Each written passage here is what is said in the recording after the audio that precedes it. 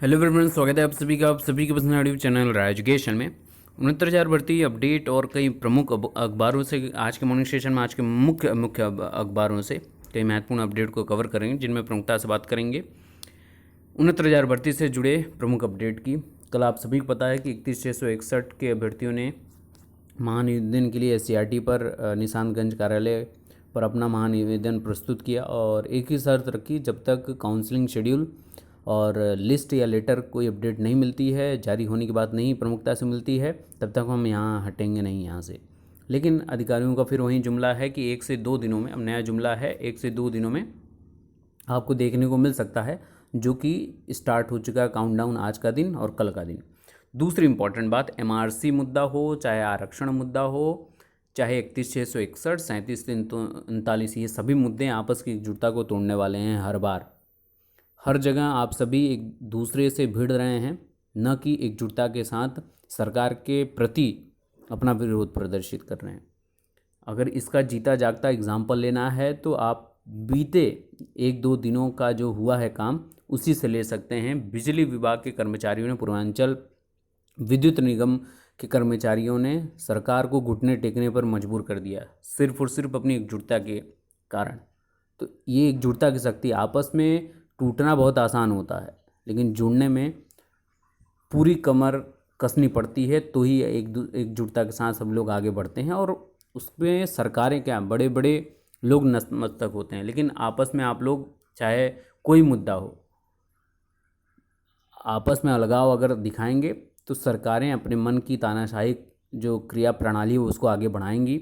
अधिकारी अपने मन के काम करने वाले रहेंगे, विभाग अपने मन की करता रहेगा, और आपकी बात बुलंद नहीं होगी ना आपकी बात सुनी जाएगी। तो ऐसे ही शोषण चलता रहेगा। तो सबसे इम्पोर्टेंट बात है।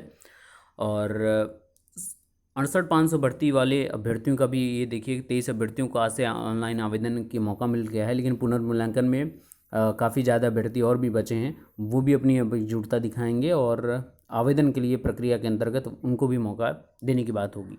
LT ग्रेड में भी अभ्यर्थियों ने धरना प्रदर्शन स्टार्ट कर दिया। सामाजिक विषय के साथ सौताला व्यवहार क्यों, ये प्रश्न है सबसे इम्पोर्टेंट। हिंदी और सामाजिक का एक साथ सारी चीज़ें अपडेटेड हुई हैं, तो सामाजिक के लिए इतना लेट लतीफ़ी क्यों हो रही है? हिंदी का सारा पुरुषों का, महिलाओं का वर्ग, सारी चीज़ें आ गई हैं, रिजल्ट आ गया है।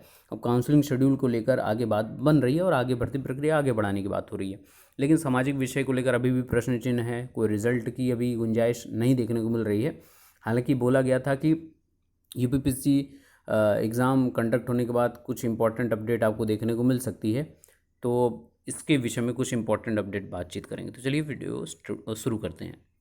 सबसे इंपॉर्टेंट बात 69,000 भर्ती से जुड़ी मैंने आप लोगों को सबसे इंपॉर्टेंटली, और इसको कम्युनिटी में कल देर रात में पोस्ट किया, आज की मॉर्निंग वीडियो में, पहली वीडियो में उसके बारे में बातचीत की कि दिव्यांगजन आरक्षण पर ये बार बार ये मुद्दा उठता आया है। 4% आरक्षण की जगह 3% आरक्षण का क्यों प्रावधान किया गया, जिसकी जवाबदेही तो दी गई है, लेकिन अगली डेट जो लगाई गई है उसमें पूरी तरीके से फाइनल जो चीज़ें होंगी, फाइनल हियरिंग होगी। अगर इसमें दोषी पाए जाते हैं संबंधित अधिकारी, तो उनके ऊपर हर्जाना भी लगेगा 10,000 रुपये का। लेकिन क्या इतने से सारी चीज़ें कंप्लीट हो जाएंगी? जो मानसिक प्रताड़ना, अवहेलना जो अभ्यर्थी हो सह रहा है, जो भी हो, मैं पार्टिकुलर किसी विशेष वर्ग की बात नहीं कर रहा हूँ, इन अधिकारियों की वजह से, विभाग की कमियों की वजह से आपस में मनमुटाव, आपस में विभेदीकरण, आपस में एकजुटता का खंडन हो रहा है। उसका जवाबदेही कौन स्पष्ट करेगा, ये सोचने वाली बात है। और इन्हीं सब चीज़ों के बीच में विरोध होता है कि विभागीय लापरवाही जो है उसका खामियाजा भुगतने पर विवश धरने पर बैठे बढ़ती हैं। हालांकि अब ये जो नया बात बोला गया है में डबल बेंच में आपको देखने को मिल रही है, वहीं 69,000 भर्ती में कुछ और ही यहाँ पर तस्वीर देखने को मिल रही है। तो इसीलिए कहूँगा कि कल सबसे इम्पोर्टेंट बात है कि कल क्या, पिछले 1-2 दिनों में कि निजीकरण पर जब बात किया था सरकार ने, तो बिजली जो कर्मी हैं पूर्वांचल विद्युत निगम के, सभी लोगों ने सबसे इम्पोर्टेंट तरीके से पूरा धरना दिया और पसीने छूट गए, सबके, पूरे प्रदेश के पसीने छूट गए हैं। लेकिन जो आपका कह सकते हैं कि प्राइवेटाइजेशन हो रहा है या जो भी चीज़ें हो रही हैं, अगर किसी के ऊपर कोई चीज़ें थोपी जाएंगी तानाशाही फरमानों के जरिए, तो वो बर्दाश्त के बाहर है। अगर जिसमें जनता का लाभ है, जिसमें अभ्यर्थियों का लाभ है और प्रदेश, समाज, देश की तरक्की है, उसको सहर्ष स्वीकार करने की बात हमेशा से होती है, लेकिन अब थोपने वाली बात की जाएगी तो उसका पुरजोर विरोध होता आया है तो होता रहेगा। लेकिन इन सभी चीज़ों में आपको यही सीखना चाहिए कि एकजुटता ही, देखिए सरकार जिस फैसले को आगे बढ़ाती है, देखा जाता है आमतौर पर कि पीछे कदम नहीं लेती है, लेकिन जब बड़ा जन सैलाब होता है, एक बड़ी एकजुटता देखने को मिलती है, तो कहीं ना कहीं सभी चीज़ें वापस लेनी ही पड़ती हैं। और वही बात यहाँ पर भी देखने को मिली कि विद्युत निगम का निजीकरण टला है और संवाद देर रात विफल हो गई थी बातचीत, कर्मियों और अभियंताओं को विश्वास में लेगी सरकार, ऐसा बोला गया है। अभी देखने वाली बात होगी कि क्या होगा। हालांकि अब कार बहिष्कार से वापस आ गए हैं, सब लोग अपने काम पर वापस लौट गए हैं। दूसरी इंपॉर्टेंट अपडेट पे आते हैं कि प्रवक्ता गणित के 22 पदों पर हुआ है चयन, सीधी भर्ती का परिणाम जारी। यूपीपीएससी 20 पद रह गए हैं खाली, मेरिट में राहुल पटेल को पहला स्थान है, सचिन को दूसरा और राजेश को मिला है तीसरा स्थान।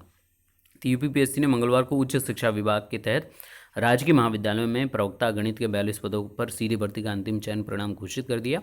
इसमें 22 पदों पर अभ्यर्थियों का अंतिम रूप से चयनित किया गया है, जबकि 20 पद खाली रह गए। बड़ी मात्रा में पद खाली हैं, लगभग 50-50 का आंकड़ा रहा है यहाँ पर।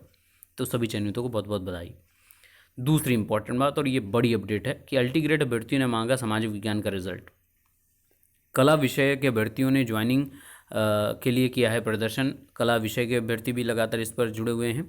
उत्तर प्रदेश लोक सेवा आयोग ने अल्टीग्रेड शिक्षक भर्ती के तहत हिंदी और सामाजिक विज्ञान का रिजल्ट जारी करने का निर्णय तो ले लिया, लेकिन अब तक केवल हिंदी विषय का ही रिजल्ट जारी किया गया। एलटी की समर्थक मोर्चा के बैनर तले अभ्यर्थियों ने मंगलवार को आयोग में ज्ञापन देकर सामाजिक विज्ञान का रिजल्ट शीघ्र जारी करने की मांग की और कई अन्य मुद्दे पर भी उठाए।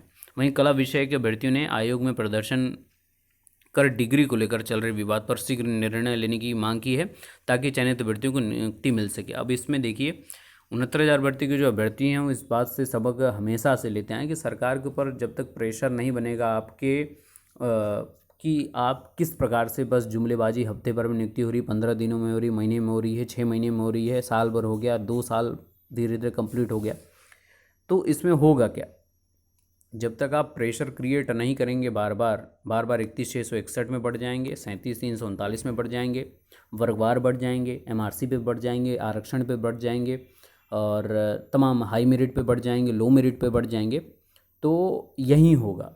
ठीक है, एकजुटता दिखाइए। और वहीं वो बात होती है ना कि जैसे वो वाला एक कहावत है, जब दो बिल्लियाँ आपस में लड़ती हैं एक रोटी के लिए, बाद में बंदर आता है और न किसी को टुकड़ा एक्स्ट्रा मिलता है, न किसी को, खाकर वो चला। तो बिचौलिए वाले वो आपका काम ख़राब करते आए हैं, आपसे तमाम मुद्दे पर फंडिंग करेंगे, लेंगे आप लोगों से तमाम मुद्दे दिखा कर, लेकिन परेशान आप होंगे। इन सभी चीज़ों की परेशानी में एकमात्र हल है एकजुटता। वहीं एलटी की दूसरी ओर खबर है कि एलटी ग्रेड चयनितों का अभिलेख जो सत्यापन है 15 से, हिंदी विषय में पुरुष और महिला वर्ग में 1433 पदों पर होनी है भर्ती। तो जो हिंदी विषय का 1432 पद पर चयनित अभ्यर्थियों ने के अभिलेख सत्यापन की तिथि उत्तर प्रदेश लोक सेवा आयोग ने जारी कर दी है। जो पुरुष वर्ग हैं उनके अभिलेख 15 अक्टूबर और महिला वर्ग के अभ्यर्थियों का अभिलेख जो सत्यापन 26 अक्टूबर से शुरू होगा।